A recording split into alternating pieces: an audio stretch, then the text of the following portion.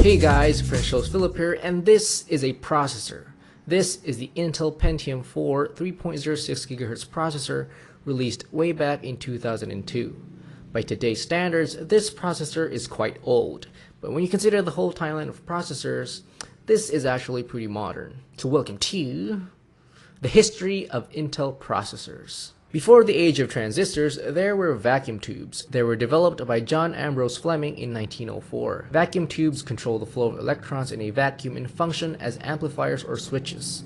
Early computers such as the Atanasov Berry computer and the ENIAC used vacuum tubes. However, early computers that used vacuum tubes were huge. The ENIAC occupied a whole room. Vacuum tubes also took a long time to warm up and they produced a lot of excess heat. And then came transistors. The transistor was invented by John Barty, Walter Brattain, and William Shockley at Bell Laboratories on December 23, 1947. Basically, a transistor works like a switch. It can either allow or block the flow of current. Billions of transistors work together to form a modern processor. Transistor-based CPUs are much smaller, consume less power, and are faster and more efficient. In November of 1971, Intel, founded by Gordon Moore and Robert Noyce, created the world's first microprocessor chip, the Intel 4004, which was also the first CPU to be made using silicon gate technology. However, the breakthrough that the computer industry had been waiting for came in the form of the 8080 microprocessor, which was 10 times faster than the 8008,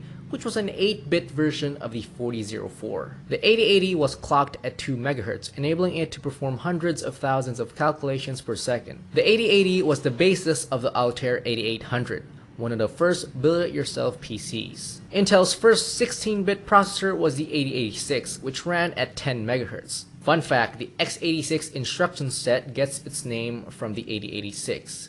The 8086's cheaper successor, the 8088, became the first chip used in personal computers. The original IBM PC was based on the 8088. Up next is the 80186. However, due to its hardware, it had compatibility issues with IBM's original PCs, and as a result, never really found itself in a PC. The 80186's successor, the 80286, introduced protected mode, which allowed multitasking. It ran at 12.5 MHz and could go through about 2.66 million instructions per second, which at its time was pretty damn fast. Next is the 80386.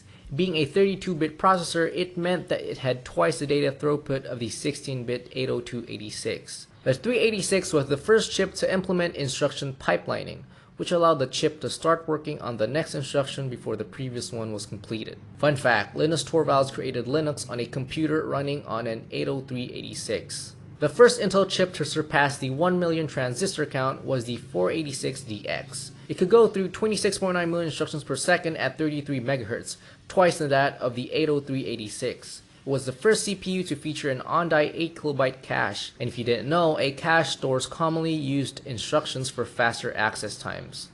The 486 was also the first processor from Intel that was upgradable.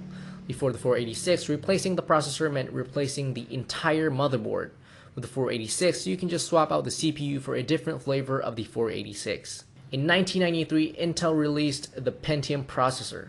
Intel named their processor as such as there were legal issues surrounding how they would trademark the numbers 80586. The original Pentium, also known as the P5, ran at 60 MHz, could perform 100 million instructions per second, had 3.21 million transistors, and a 64-bit data bus. Pentium introduced superscalar design, which enabled the CPU to execute 2 instructions per clock cycle. Some versions also supported symmetric dual processing, meaning you could use 2 Pentiums side by side. Up next is the Pentium Pro. When it came to 32-bit operations, it was awesome, but when it came to 16-bit operations, it was virtually the same as the previous Pentium processors, and it was also very expensive, so it never really became a hit among consumers. While the Pentium Pro didn't really blow up, its successor, the Pentium 2, was a hit. It was the first chip to have a 100 MHz frontside bus, or FSB. It had 32 kilobytes of L1 cache and 512 kilobytes of L2 cache. The Pentium 2 used features from previous Pentium processors like the Pentium Pro's dynamic execution technology, which allowed the processor to predict incoming instructions. The Pentium 2 used slot 1, which is the interface through which the processor attaches to the motherboard. just like the Pentium Pro Socket 8 or the Intel Core i7-6700K's 1151. Up next is Intel's Pentium 3. Over the span of 2 years, Intel managed to shrink its process twice across 3 versions of the Pentium 3.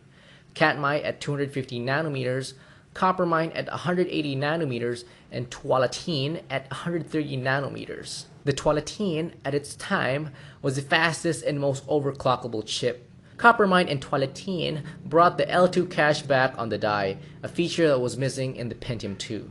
Next in line is Intel's Pentium 4. The Pentium 4 featured the new NetBurst architecture. There are a lot of processors under the Pentium 4 name, so to keep this video from lasting an eternity, I'll just give out a list of the different macro architectures under Pentium 4. First one's Willamette at 180 nanometers, Northwood at 130 nanometers, Prescott at 90 nanometers, Prescott 2M at 90 nanometers, Cedarmill at 65 nanometers, and the Galatine Pentium 4 Extreme Edition at 133 nanometers. One of the most important features of the NetBurst architecture was hyperthreading, a feature that's still being used in today's processors. In June of 2006, Intel introduced the Core architecture.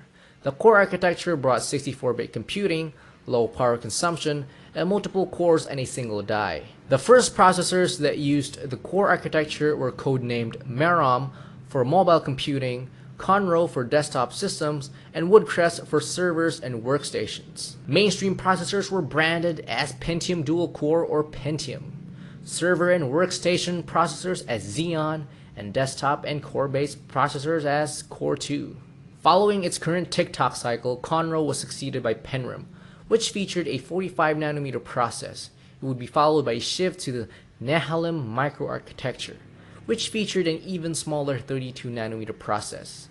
Nehalem was succeeded by the now familiar Sandy Bridge microarchitecture, which sported a 32 nanometer process. Sandy Bridge in turn was succeeded by Ivy Bridge and Ivy Bridge by Haswell.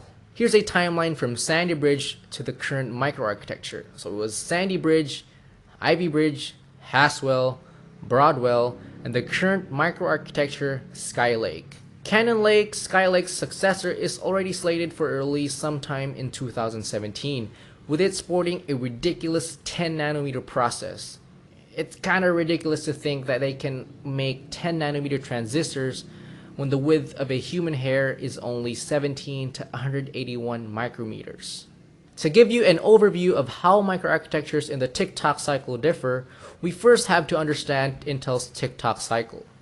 For every tick, Intel introduces more advanced manufacturing technologies like smaller transistors, which leads to better performance and better energy efficiency. Every tock, on the other hand, introduces a new microarchitecture. Anyway guys, that's it for this video. If you guys learned something from this video, leave a thumbs up and hit that subscribe button for more videos like this in the future. Thanks for watching, and I will catch you in the next one.